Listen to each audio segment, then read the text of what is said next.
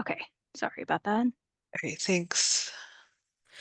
Okay, so we have a couple of different goals today for issuing floodplain development permits. So we'll start with a brief overview of the NFIP, or the National Flood Insurance Program, and then we'll go over the different types of projects that we have that require floodplain development permits. And then we have a couple of case studies to go through, just to get an idea with a couple of different examples. And then I will show you our still fairly new floodplain development permit template. So goal one. So over the last 30 years, flooding has become more dangerous. So we do have increasing risk, and it's more expensive than any other weather-related problem. And so to minimize damage, we need to understand where the risk is. And so that's why we have floodplain mapping. So if you know where the high-risk areas are, we can make informed planning decisions for development to avoid flood damage in the community. So we determine where flood insurance is needed. So if you have a federally backed mortgage, you are required to have flood insurance. If you're in the special flood hazard area or the 1% annual chance flood or the base flood, all of those terms are used interchangeably. And so we create the flood insurance rate maps, the firm. And so this provides the basis for updating our community floodplain management ordinances. So if you participate in the NFIP, the community is required to adopt and enforce an ordinance. And so this has performance standards for new development in the floodplain. And so these are the tool for reducing risk and your community's vulnerability to flood risk. So basically, this is the foundation for the need to issue floodplain development permits. And so this is a compromise for allowing our floodplains to be developed. That new development has to be reasonably safe from flooding, which is the terminology that FEMA uses, which basically means it would not be inundated by the annual 1% annual chance flood or the base flood. And so we do have a couple of new templates that we released in 2023. And then the permit template was released in 2024. And we do also have ordinances in review to be able to adopt base level engineering for communities that don't have a regulatory map yet. And so that's still under review. But you can find these resources on our NFIP resources page. And so that's where these things are housed. So the benefits of participating in the National Flood Insurance for communities that have or even don't have special flood hazard areas is that property owners are able to insure against flood losses through insurance policies. Um, it's usually part of the eligibility to apply for federal grants or loans for development in these areas. It plays a big role in federal disaster assistance and what types of assistance are available to you. And then the adoption of the floodplain ordinance leads to better, smarter development that's protected against flood risk. So we have several resources on how to view this information. So first we have our current effective floodplain viewer. So you can go to our web map there, that's the top link, and see your digital flood insurance rate maps. We also have digitized some of the older paper maps for communities that don't have digital maps yet. So that is a layer available on that site. So this is used very frequently by us and the public.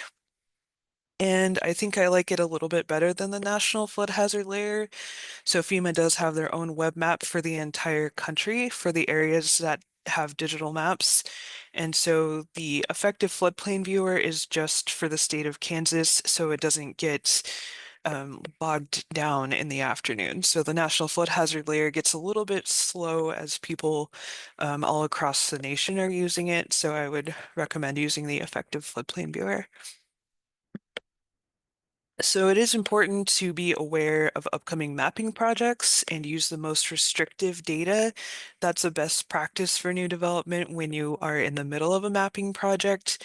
And so we are very communicative with communities when there's a new mapping project. So there's multiple community meetings that go on throughout that process so that we can get feedback and input from communities so that we can produce maps that are trusted and accurate.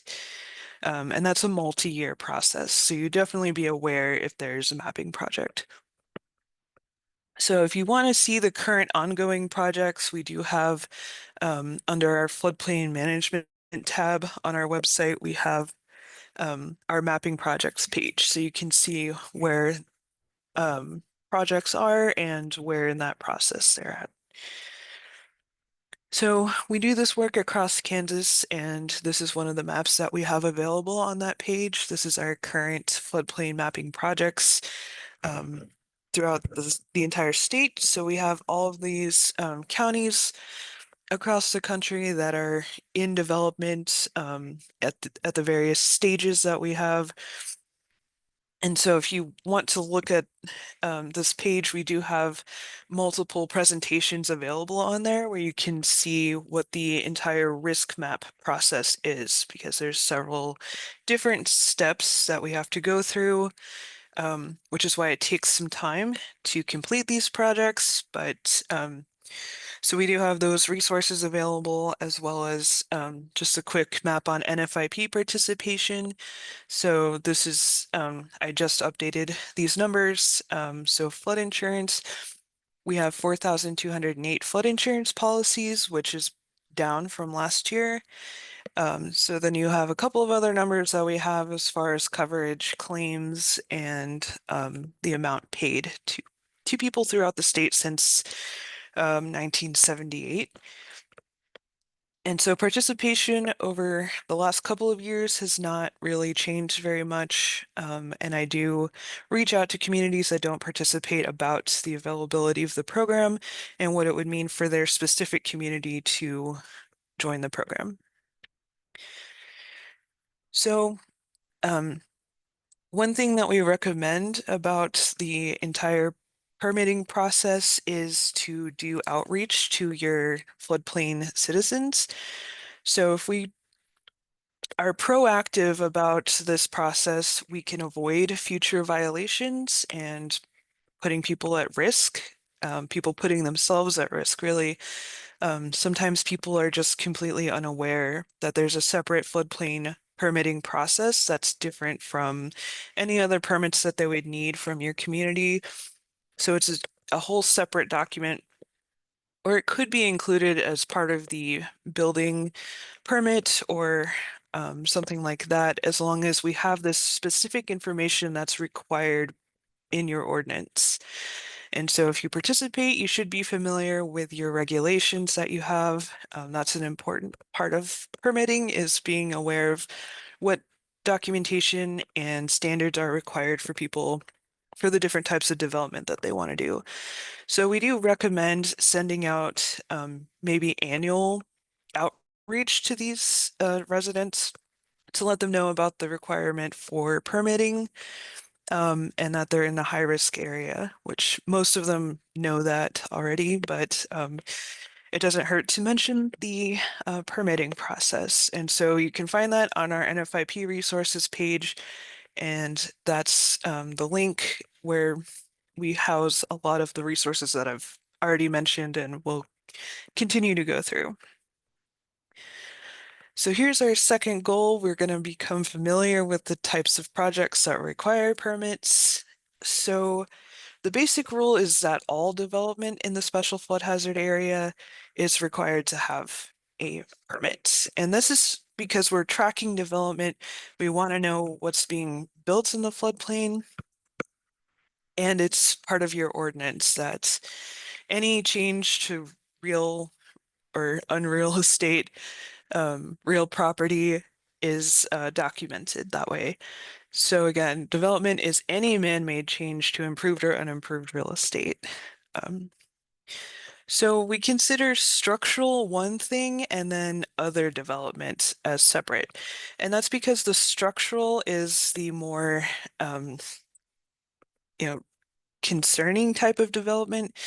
So new structures are required to have their lowest floor elevated at least 1 foot above the base flood elevation, and that's just the standard across the entire state. So that is just a little bit of a higher standard than the FEMA minimum requirement, but this ensures that they're built reasonably safe. And so structural, we would consider new buildings or additions to an existing building, manufactured homes, permitting for accessory structures, which is a really big one that often gets overlooked, or people add them without realizing they need to be permitted. A big one in Kansas, agricultural buildings, and then any temporary buildings. And so if you look through your ordinance, usually in any of the structural sections or all of the structural sections, it'll say that the applicant is required to provide you with a finished elevation certificate for new construction or substantial improvements, which we'll get into a little bit more later. Um, and then other development is not typically required to be elevated unless it's utility related. So roads, bridges, and culverts, we want to document those and where they're located and the size and things like that.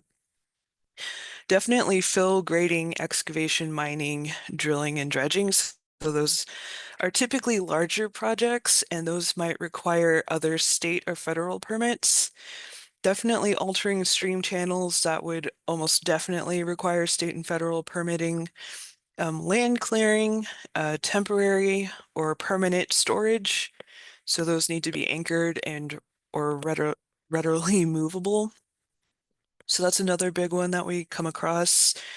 Um, Improvements to existing structures, even the removal of structures, we're tracking that as well.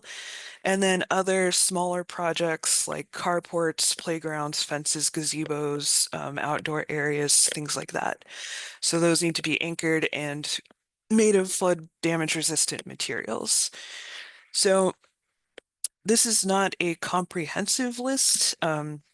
There's many other types of development that could take place, but the point is that we're tracking all the development that's taking place in a community.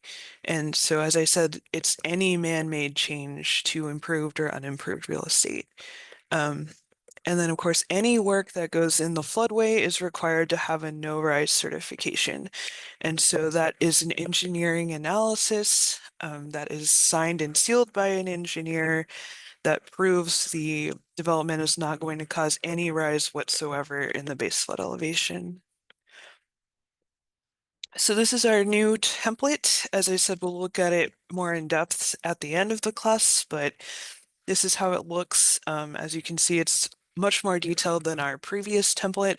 And so the goal here was to try to help make it more of a guidance document. So based on what type of development you select, there's notes about what type of requirements it has. And so we've tried to include, different types of development that you might see that are non-structural under other development, channel improvements, that's a big one. And then what type of modification? Is it something that was existing? Is it an emergency repair, maintenance? And then there's notes in here about what constitutes maintenance, and there's a companion guidance document with this, and then we have it as a smart PDF or as a Word document. So we're trying to accommodate different communities and make it customizable to that community. So there can be some exemptions. Technically, as I said, every development, any man-made change is supposed to have a permit, but within reason, we can exempt very small projects that are not going to cause an obstruction. And so these should be specifically included in your written administrative procedures. So these are a companion document to your ordinance. It's not a requirement, but we do recommend having them. And it specifies how your community conducts these procedures, who's involved, and that kind of thing. And this is where you can write what is exempt. So if you're very clear about it, there should be no misunderstanding, and should help you avoid any challenges that decisions are arbitrarily made by a permitting official if we have it specifically written out which types of projects can be exempt from permitting. So examples of this are gardening, farming activities with no significant changes to grade, mailboxes, flagpoles, routine maintenance, so re-roofing or just replacing shingles. So the reason that's included is because if someone does a full roof replacement, that could constitute a substantial improvement.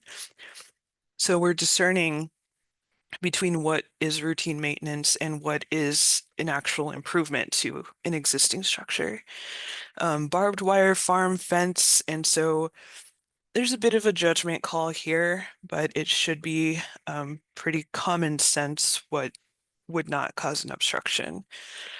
So no types of structures can be exempt regardless of their size or use. So I have had communities that were exempting very small accessory structures, but that is definitely not something that can or should be done. So coordinating with other departments. So there may be other departments in the community that should be reviewing these permits, and maybe working in conjunction with them, such as health, building, electrical department, things like that. So you may need an inter-office routing and sign-off procedure. So we want to ensure that all of the staff involved understands what their roles are and what the routing procedure is. So that way there's clear communication with these other departments, because we wouldn't want someone to get their certificate of occupancy if they hadn't finished their floodplain permitting with the finished elevation certificate, for example. And so we need to be able to advise applicants on other state and federal permits that might be required. And then, of course, working with us on any alteration or relocation of watercourses. So typically any stream obstruction, any work in a stream would need a state permit, and then any fill in the floodplain that is on average a foot or more requires a state permit. And so if you have any projects like that you're not sure about, just reach out to us and we'll get you in touch with the right people to get that determination. So a couple of case studies. So basically we're looking at the conditions on the ground. So this is a hotel, clearly. So we had a building that was removed from the floodway, and then they were wanting to put in a new hotel. So in our elevation information section of the template, we have what is the elevation of the bottom floor. That would include a basement, crawl space, or enclosure. And again, the lowest floor needs to be elevated at least 1 foot above the base flood elevation. And so we'll look at this in more detail, but then, so the bottom floor and the lowest floor are not necessarily the same. They can be, but it depends on what kind of foundation they have. And then if they have any flood openings for an enclosure, elevation of machinery and equipment on the elevation certificates, any dry flood proofing, and then just the elevation projection and datum, and then that information.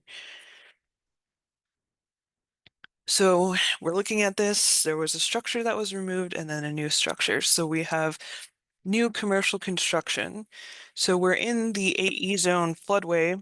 So I don't know if you saw that, but the blue part on the left hand map is the AE zone, and then the cross hatching for this property, that is the actual floodway. So that's where the no-rise certificate comes in.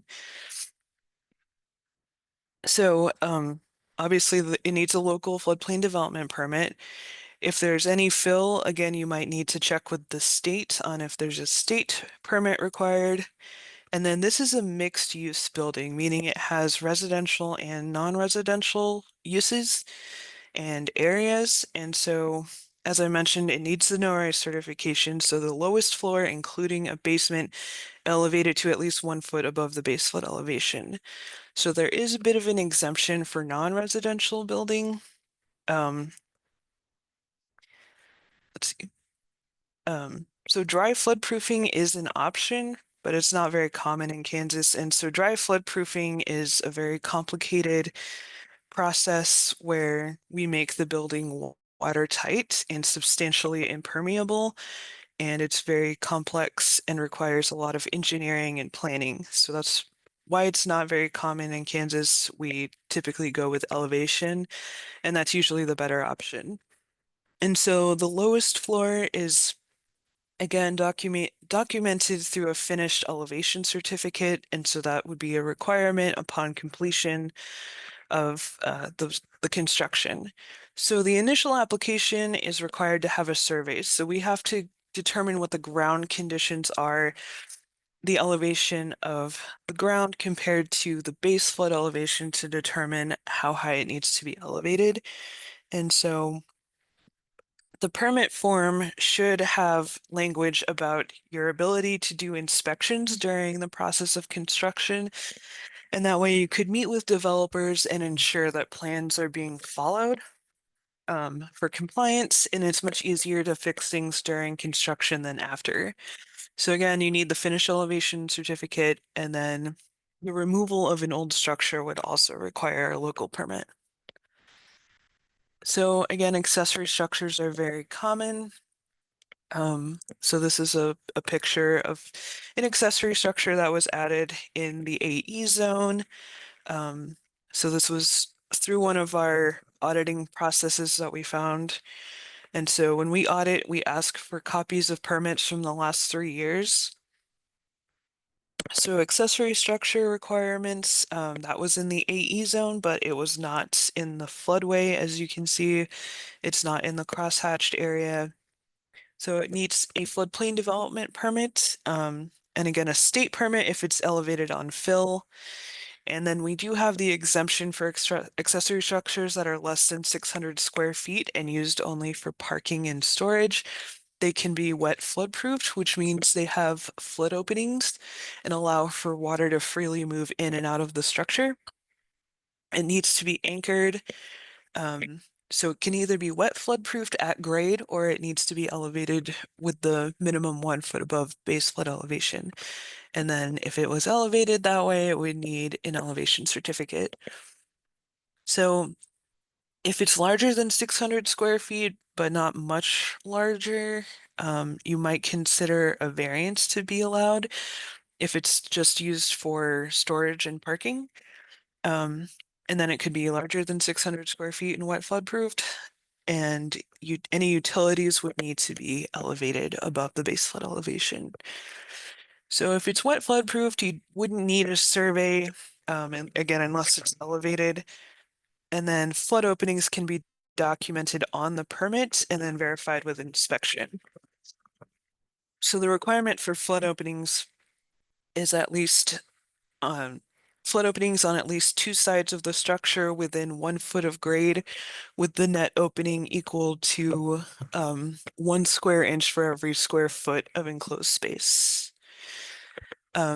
So a residential addition, we come across this from time to time. So we have an existing structure that's residential, and this is in the A zone, I believe, or maybe the AO zone. I think it'll tell us, but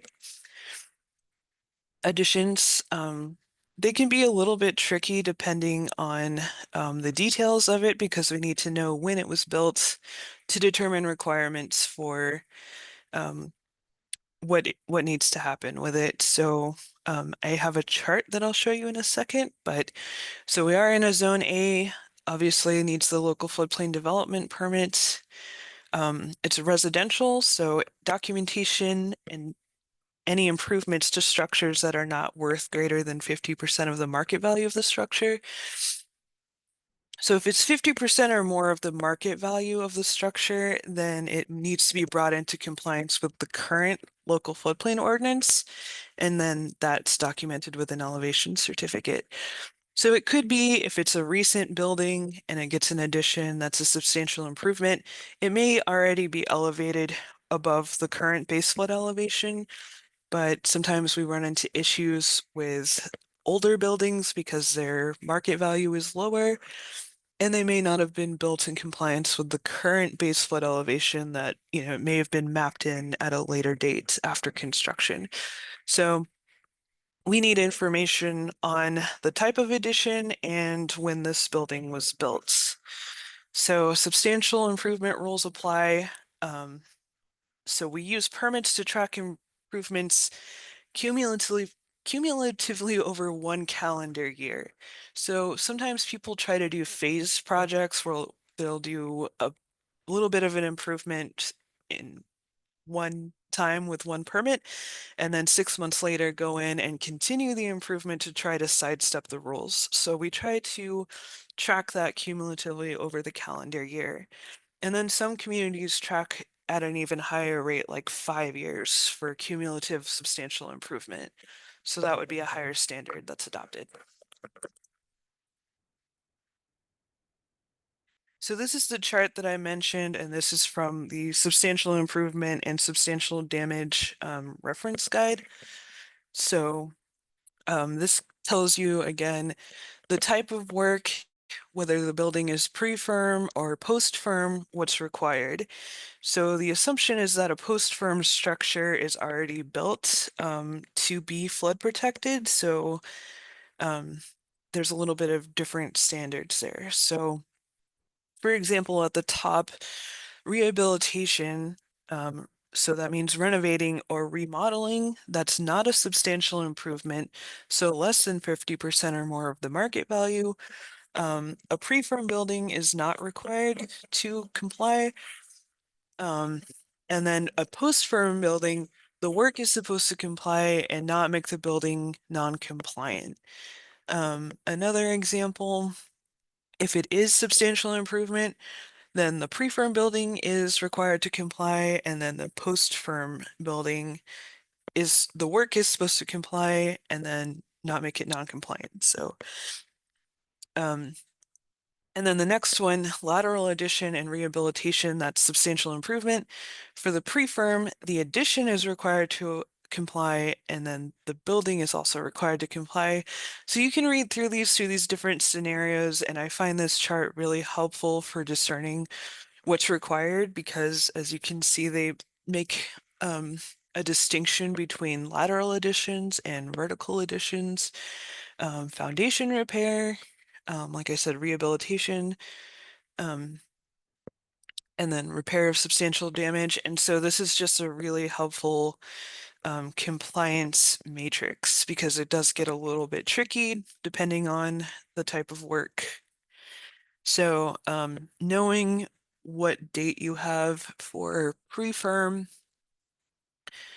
I think it's like October 1st, 1978, or the date of the first firm, whichever is later, I believe is the definition. I should have looked at that. But definitely if you have questions about substantial improvement or damage, this guidebook is very helpful for permitting and determining what's required. So manufactured homes, very common in the special flood hazard layer, or yeah, special flood hazard area, sorry. Um, you'll find them quite often in the floodplain. So we have a property owner that wants to add a manufactured home to this lot. So we're looking at the area in red. So if you haven't seen this before, it's an example of our changes since last firm maps. And so we put these out when we get to the preliminary stage in the mapping. So this is a new map that has not gone effective yet, but the area in red is projected to be added to the floodplain. And this happens a little bit later in the process, so we're not necessarily expecting much change to what we have here in the floodplain. So it's almost definitely going to add some floodplain to this area, even if it is changed a little bit. So what should you do as the community official for new manufactured homes? You should use the most restrictive data for the development, but if we did audit your community, we really only look at what was effective at the time. So it's a best practice, and you don't have to use new data until it's hit the LFD stage. So that's the letter of final determination. And that's the very last 6 months of the project timeline where you update your ordinance. And at the end of the 6 months, the new map goes effective. So that's the period where you would have to use the new map. But if it's not to that point yet, we recommend using the most restrictive data to make sure that person is adequately protected from flood risk. And so we need a local floodplain development permit, and still it applies that the lowest floor is at least 1 foot above the base flood elevation.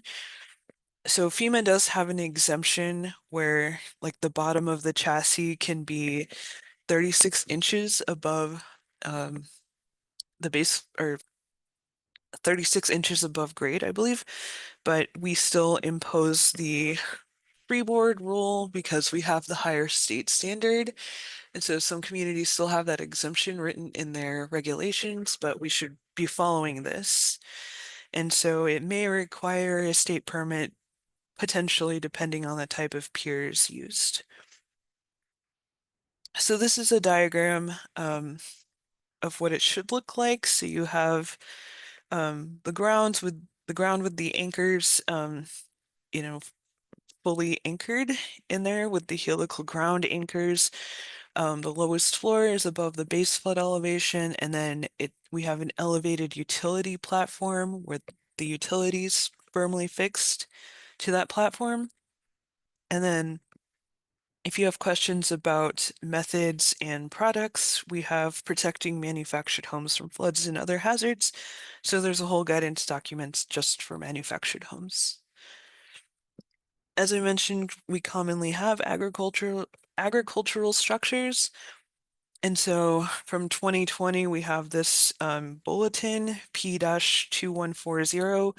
So this is the most recent guidance from FEMA on agricultural and accessory structures. And so the way we define an agricultural structure is that it's in connection with production, harvesting, storage, drying, or raising commodities. Um, and there's no entertainment, employing, manufacturing, retail, or wholesale uses.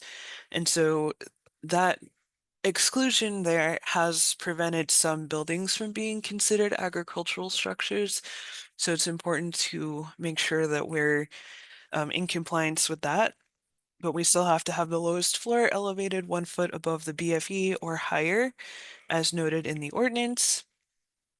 It requires a local permit and an elevation certificate if it's elevated from a surveyor or an engineer.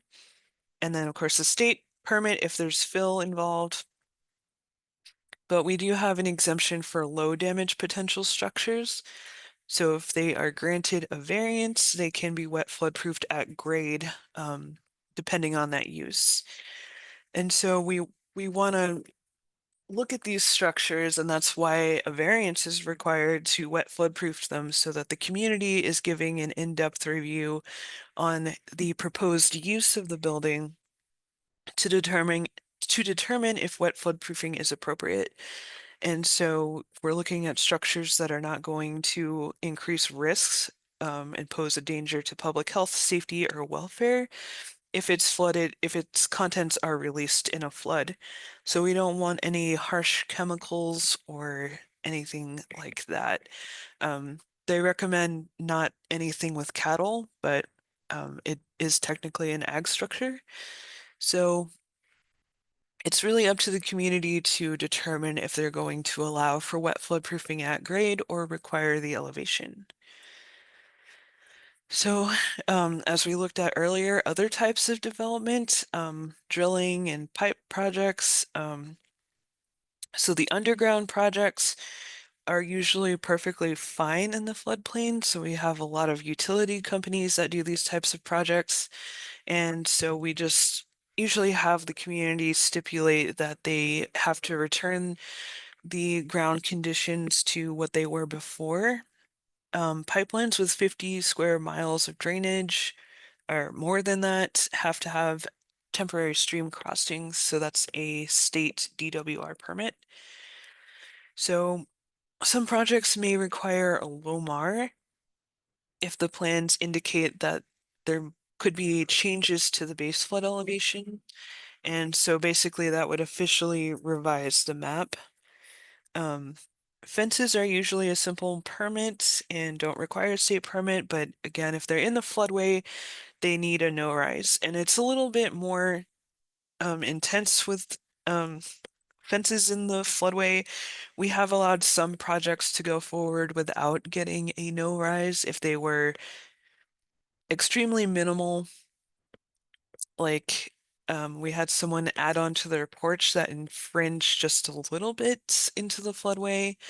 And then we had a sculpture in the middle of an open field that that the community allowed to not have a no rise. So it's very limited on what you can do as far as exempting a no rise. We don't really recommend it. It's technically supposed to have one, so it should be done. But especially with fences, they can definitely um, pose an obstruction. So for sure, privacy fences and even chain link fences, we've seen them get completely clogged with debris, and then that caused an obstruction.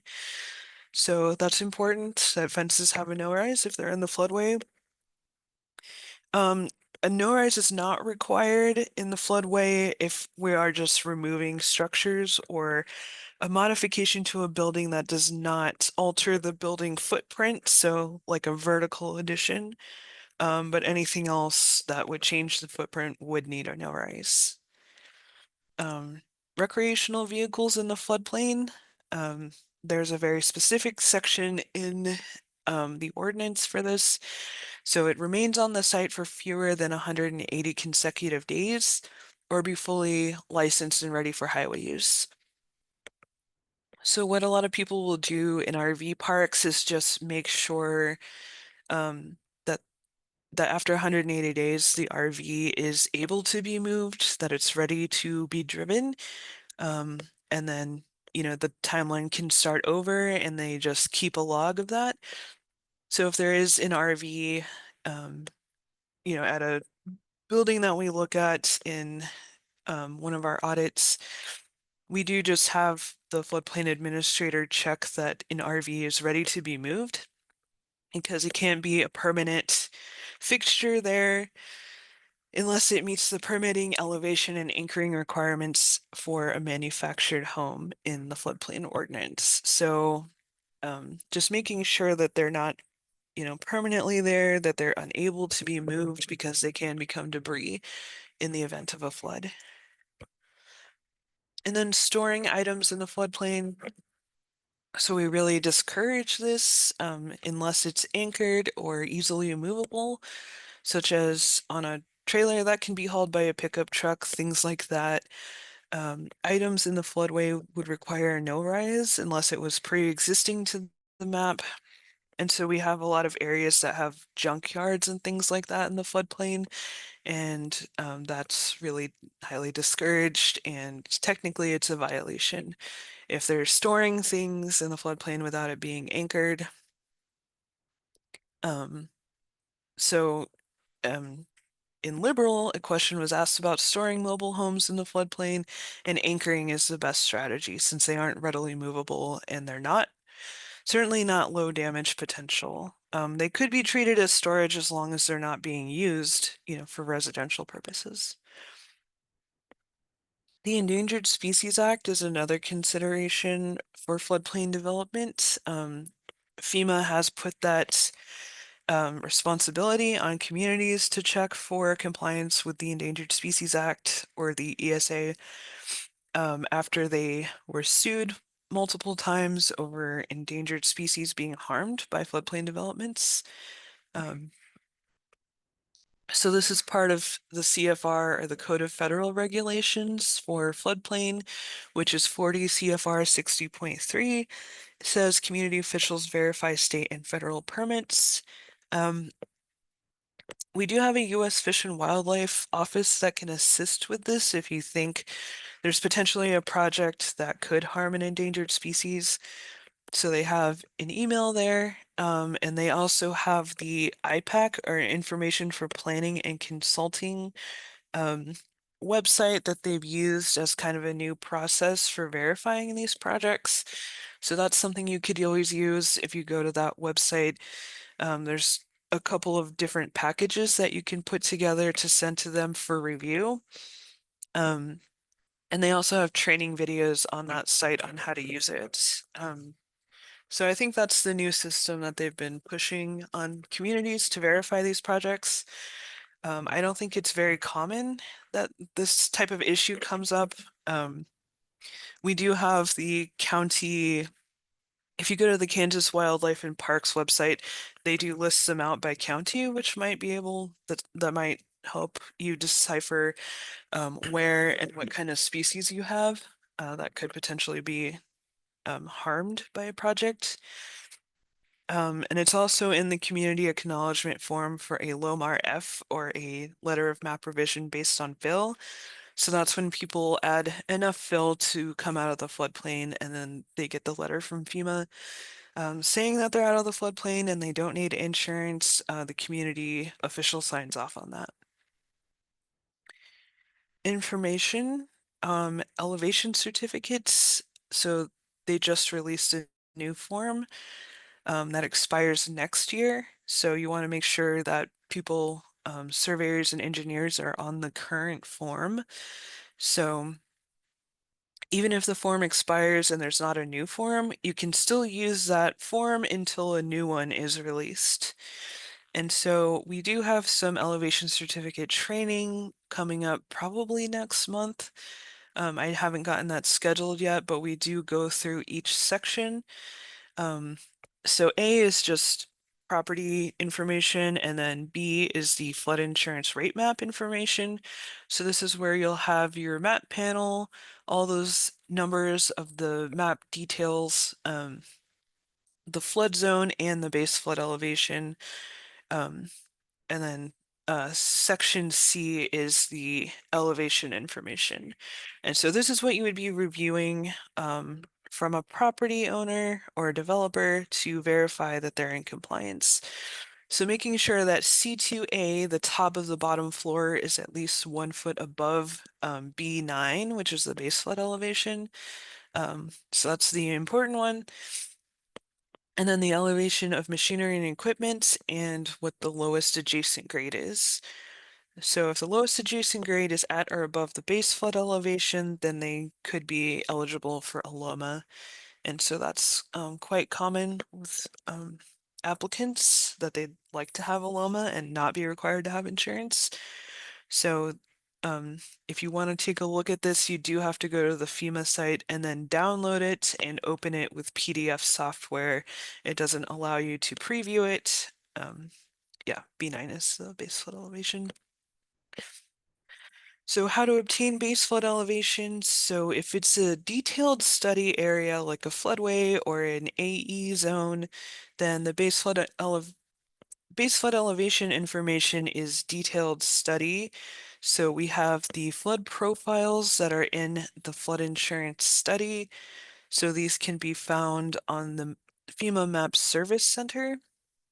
And so every community that has a firm will have a flood insurance study if they have detailed study areas. So static elevations can be taken from the firm for yeah, static areas, which is usually like a, not riverine, but more like a lacustrine or lake type of flooding source. So it just depends. If you're not sure, just, give us a call and we can help you figure this out. There is a summary of still water elevations in the flood insurance studies.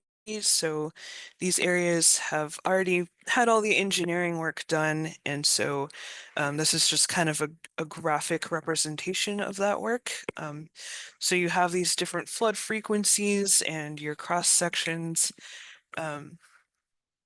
And we do have recorded training on how to calculate these. So you can find that on our training webpage if you're interested in looking more at this. And then if you have a Zone A, which is not a detailed study, it's an approximate floodplain. It's very common throughout Kansas, and we have the base flood elevation portal. So there you can create an account and make requests for calculations in those areas. And so we provide the base flood elevation and then an approximate lowest adjacent grade that's based on LiDAR. So that's accurate to plus or minus 1 foot. And it can be used as a good indication as to whether someone might be eligible for a LOMA. We also have informational purposes or new construction or other purposes that you might want the base flood elevation for. And then community permit review. So when the permit is issued, it's the official authorization from the community that allows them to proceed based on the information in the application package. So that's what you're approving. The issue date is start of construction, and so that's within 180 days. So if it's not completed by then, the permit's expired, but you can extend it as long as it's still under the original terms and conditions.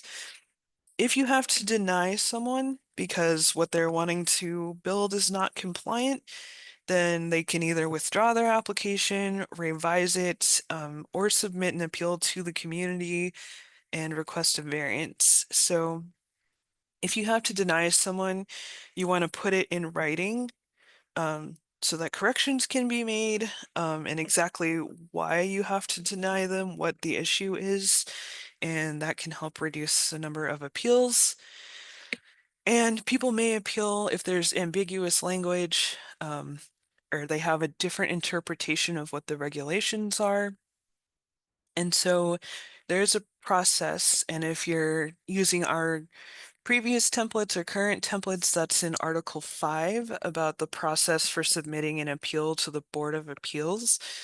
There are certain situations where you may need a special use permit and have a special review, and then the official body determines if a special use permit or conditional permit can be issued. So people do have the due process, so that's through variances. Applicants can ask permission from the community, from the Board of Appeals to vary from the floodplain ordinance because of unique site characteristics. And so FEMA has a whole guidance document on this, and I have another slide on variances, but basically it has to be based on the use of the property and nothing to do with the personal circumstances of the property owner. And so that's FEMA P-993, variances and the NFIP. And then procedures for appeals, special uses, and variances are specified in state law. So that's the guidance document I mentioned on the left. So you want to make sure that your Board of Appeals is very familiar with the criteria in decision making for NFIP variances.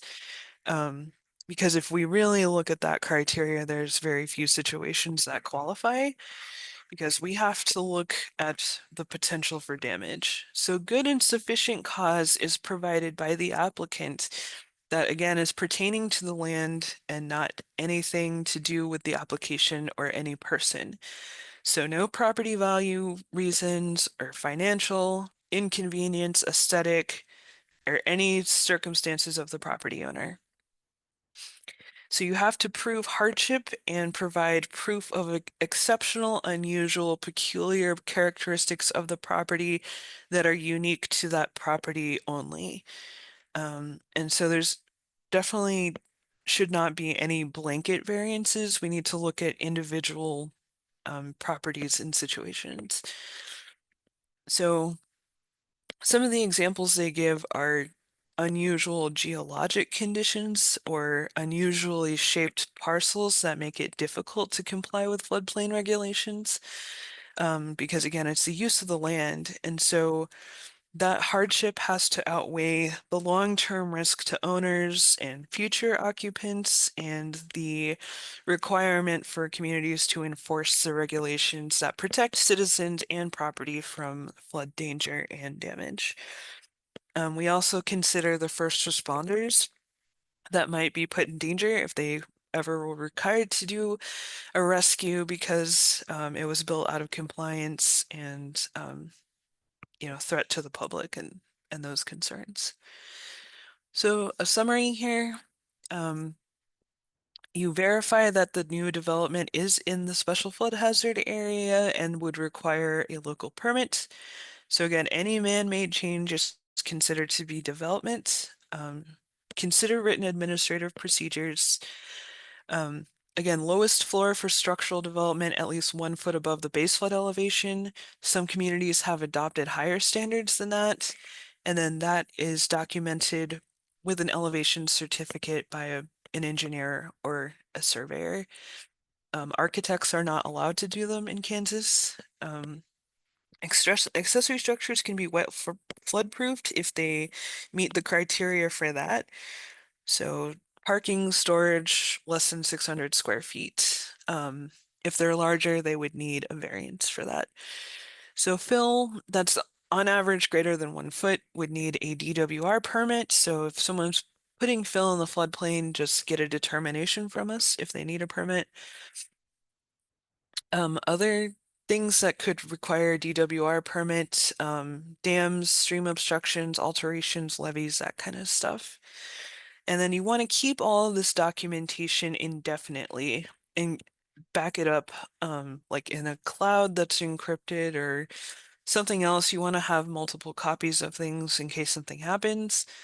Um, FEMA recommends organizing these geographically for tracking purposes. And then again, if we decide to audit you, which I know everyone just is scared of the word audit, it's just a very in-depth look at your floodplain program, and there aren't really any repercussions. We just try to help you improve your program. But if we do that, we do request permits from the last 3 years to evaluate the community's process for issuing permits. Um, so that's just something to be aware of. You want to keep all of this documentation indefinitely, and then you could even consider some permit management software or however you want to organize and document that. Other permits, so we put together this handout just to try to help guide people on other activities that could require different permits from other agencies. So again, Phil, it would be us, but um, they check with other state agencies for you. So we have this routing procedure. Um, so it's like the environmental uh, compact or whatever, but we check with KDHE, the U.S. Army Corps of Engineers, and that kind of thing. But if you have stormwater runoff, it might be KDHE that you need to talk to. There's regulations listed here. And this is available on our website as well. So we have that, and then some links at the bottom to those agencies. So some common mistakes that we've seen over the years is not realizing that all items, all development requires a local permit. Lack of outreach and letting people know that they need a floodplain development permit, not checking the cost of improvements or repairs for substantial improvement or damage, which is another requirement in the ordinance, and then failing to do inspections or checking the base flood elevation, which has resulted in a low floor, and potentially uh, a very expensive insurance policy for that person. And people have been able to sue communities for not enforcing their regulations. And so stuff to be aware of. Key takeaway, all development needs a permit. The community official is responsible for reviewing that and before issuing the permits. And then the specific requirements are in your ordinance. And of course, don't hesitate to call or email. We are here to help. So contact information, me, obviously, I'm the NFIP coordinator. And then Janelle Phillips does our state permits. Um, and then we do have NFIP specialist position that is vacant right now, so we are trying to fill that, but usually that person also assists with technical assistance requests. And now I can show you the floodplain development permit template. So we'll just take a quick look at that. I've got it pulled up here. So this is the smart PDF version of it. We have set it up so that communities can customize it and put in their logo and just have this on file ready to go for applicants. So the permit number and all of this information for tracking, um, community contact information, and then just a brief explanation. So we have, as I said, a couple different versions of this. This is the one with notes. We have a more clean version that doesn't have all that type of information, but we just have some instructions here to try to help guide the community official through the permitting process. So we have space here for any additional requirements that a community has, and this is a brief explanation for an applicant. So we have their information, the property information, and then this is just kind of a repeat from the first page in case the pages get separated. But we've separated it out, as I said, structural development, so buildings specifically, and then every other type of development that could go on. And then there's a place for other, if it's not one of these that you can describe. And then if there's channel improvements, if that's the type of work, and then, we have these descriptions. It doesn't want to open for me. Well, this is the one with the notes. So if you click on this, I think if I had it downloaded instead, I just pulled it up on the website, but it gives a description of that type of work and what would constitute that type of work.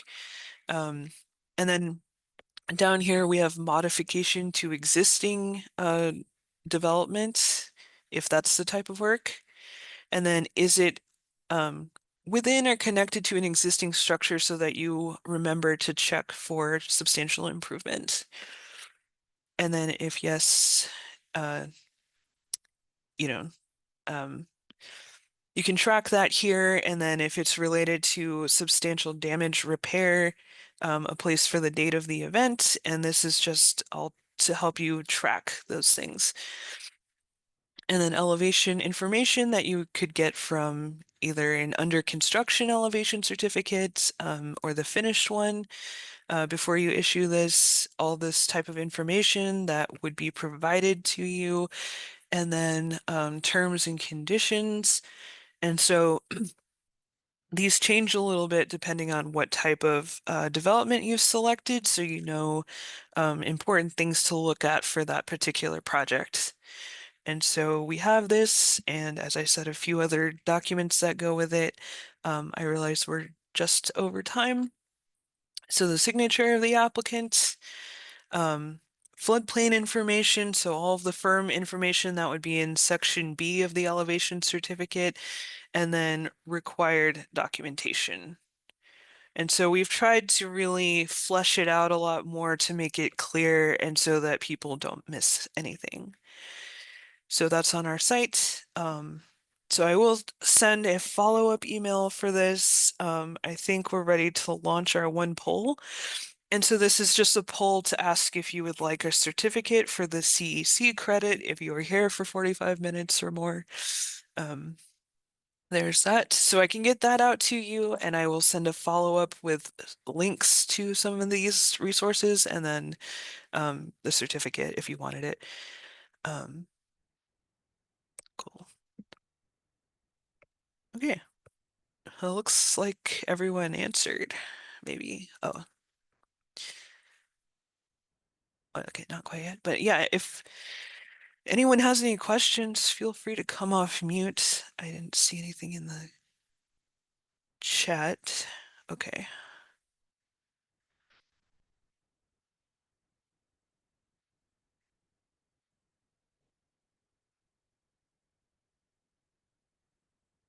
Well, if you think of anything, we're always here. Feel free to reach out anytime. Um, I'm now able to resume helping with NFIP questions, so that's good. We were on a bit of a hiatus, but we're back. And yeah.